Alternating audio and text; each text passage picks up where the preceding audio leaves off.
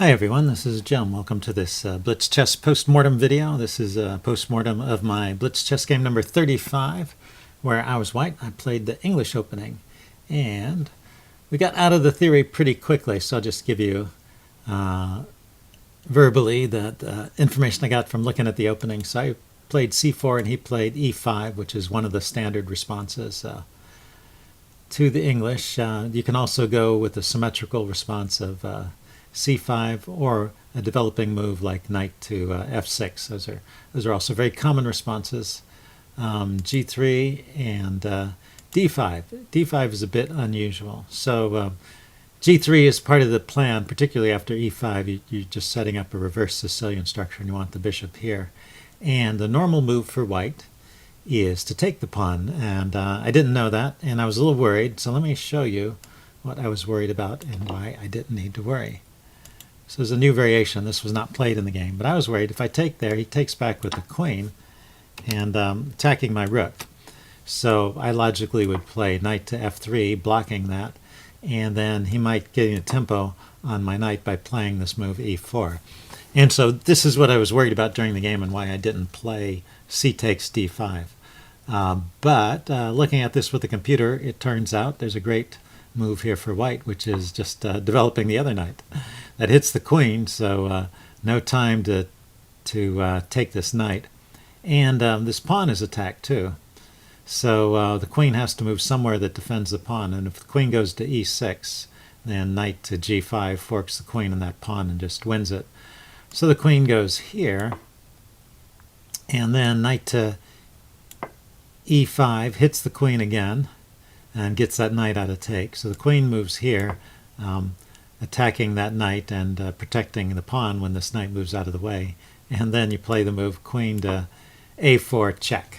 And now no matter what white does, he's losing this pawn because this was a fork between here and here. And so even though this knight is unprotected, when the queen takes back, it'll protect the knight.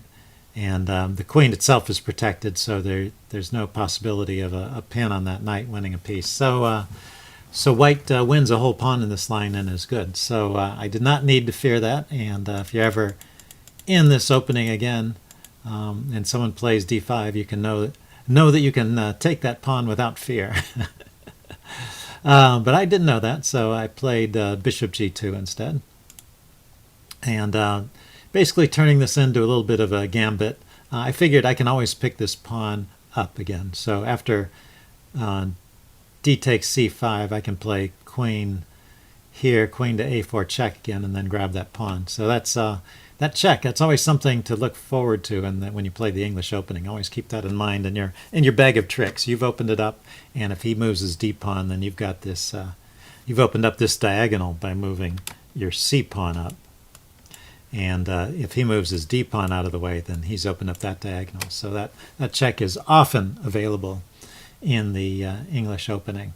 So let's see. He took the pawn, and I thought, well, I didn't want to take that right away. Sometimes you're kind of wasting time with the queen.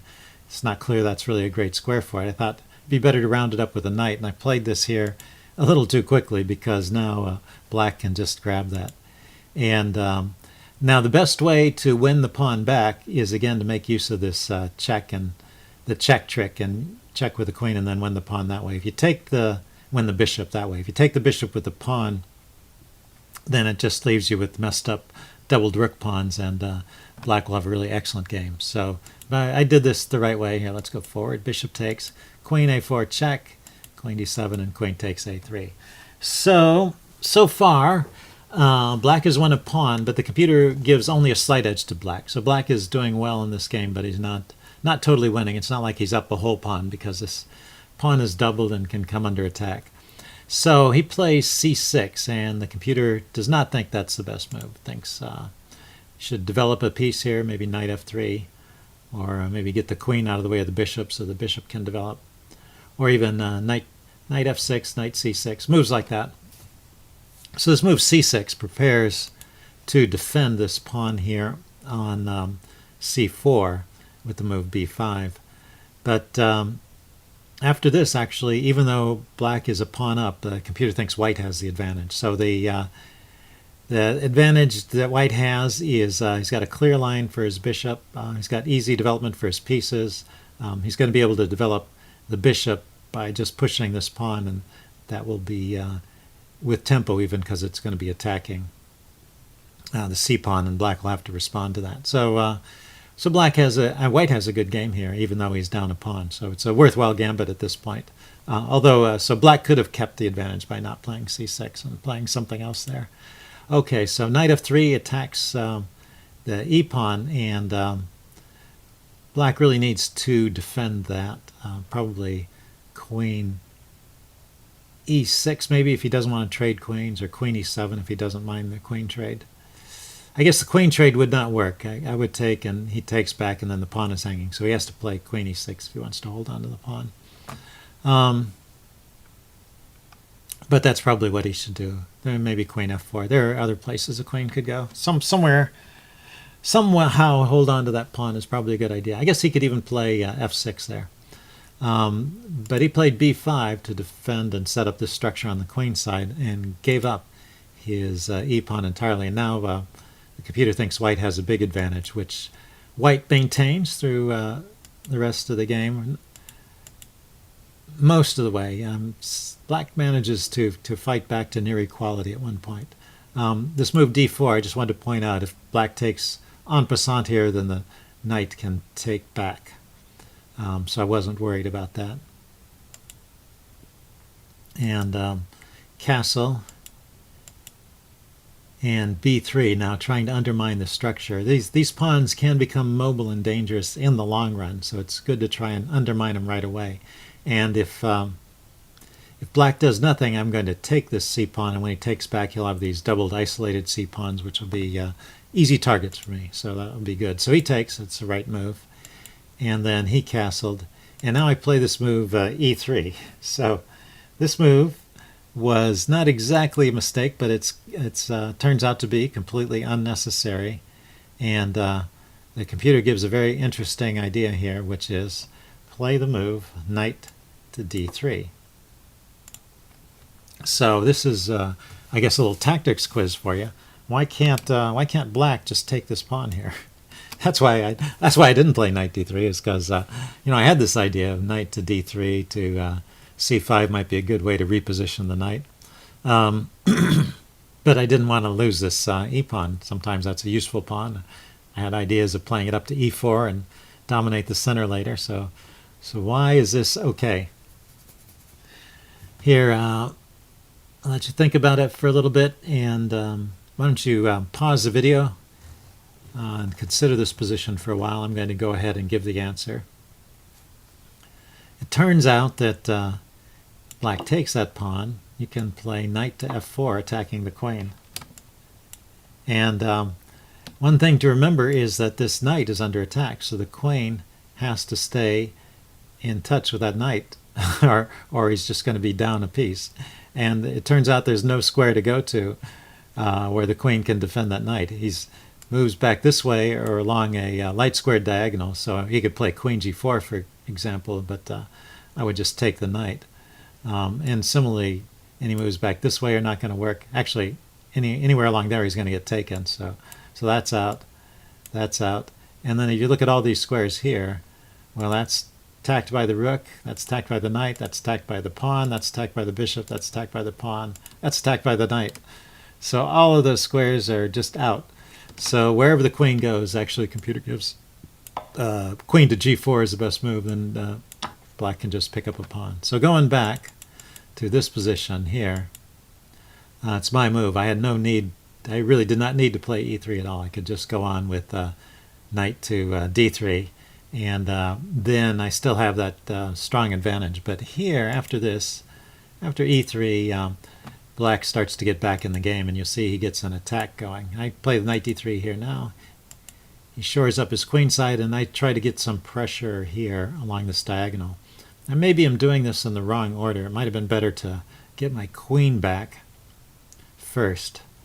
But I wanted to get a rook to the c file, so I was getting the bishop out of the way for that. So it was sort of logical. Somewhat logical. And now he starts an attack on the queen side, which I ignore for one move, which is okay, and ignore for this move. And here, bishop h3. Here the computer has another interesting suggestion, which I did not really think about this one during the game at all. So yeah, I guess there's this one is not too easy to see. I think I'm just going to go ahead and tell you about the move, although if anyone wants to treat this as a puzzle, say, what's a good move for white here? You can think about it for a while, pause the video if you want. But I'm going to go and show the answer, which is d5. And you might think, well, what's the big deal? Isn't this just losing a pawn? And it's just that there's this nice follow-up, rook to c7, getting a rook on the 7th rank. And if black tries to isolate that rook and get some pressure on it, you can bring another rook to the c file, and now this bishop is under attack and needs to be defended. So the knight there to defend it, and then actually the queen can come here and triple up on this file. And this is all good for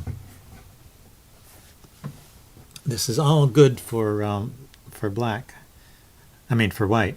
So even though white is a pawn down, once again, just the pressure on the c file here, the good position of the bishop, and is enough to give white a good game. He's going to follow up with knight f4 and chase the queen away, and then pick up this pawn here. That's just one plan. So really a good position. So let's go back here, and this move d5 is kind of thematic because it does open up this diagonal for the bishop. I was thinking about it, not in this position, but I was trying to set up that d5 break. But here I was worried about his kingside attack, so I kind of wanted to slow it down and put this bishop here to pin his knight. And he exchanges pawns, opens up the h-file, and unpins with a queen move. And then I bring a knight over to harass the queen. And then I'm a little bit worried about a knight sack here. Knight takes, pawn takes, queen takes, check. Is not winning the bishop because it's defended by the knight. So I was a little bit overly worried. The computer says I should just continue on with d5 here or some other move. But so I'm playing it safe here, but this is unnecessary. And at this point, I think black is nearly equalized. But I managed to get back in the game. So I developed my rook here, pinning the knight and trying to slow down his attack this way.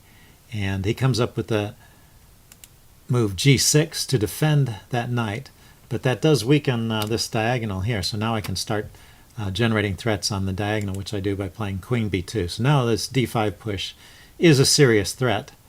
And he ignores that threat, but he does attack my rook with this knight move, knight e4. So, but I had figured when I move this pawn, there's a threat of checkmate, so he can't just take the rook right away. He's got to respond to this pawn move.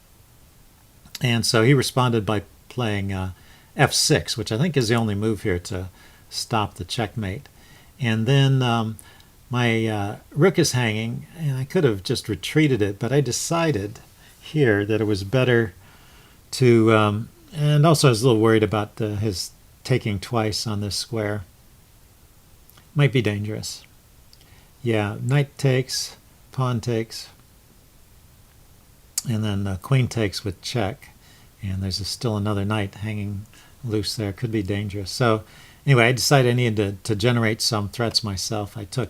And it was worth giving up this rook to get rid of this knight or this bishop. So I took the pawn, which attacks his bishop. And he took my rook, and then I get his bishop, and he takes my pawn. So overall, I've just lost the exchange. The pawns are even now. It's 4 pawns to 4 pawns. And this might ordinarily be good for black. He's material up. But in addition to losing the exchange, I also got rid of one of his fierce attackers. That bishop along this diagonal was a real threat. And his knight has been distracted way over to the other side of the board. And it's going to take a couple moves to get back. So that combination actually means that white has the advantage once again. And I guess the main reason, though, is this tactical shot, knight to e6, forking the rook and the bishop. So I'm immediately getting my material back. And so it's a good game for white here. And the way for black to continue the game is to play queen h6, but I'll get this rook back, and I still have some strong attacking ideas here. I have a pretty good position. Both our kings are somewhat exposed, so but the game would have gone on. But he played queen h5, which was a mistake, because after I take the knight, if he takes back right away with the rook, I have this idea, this move, g4, forking the queen and the knight. And the knight and the queen, neither of them can move with check, so there's no way of escaping that fork. So he spotted this, he played queen g5, but now I can move my knight away, hitting his queen.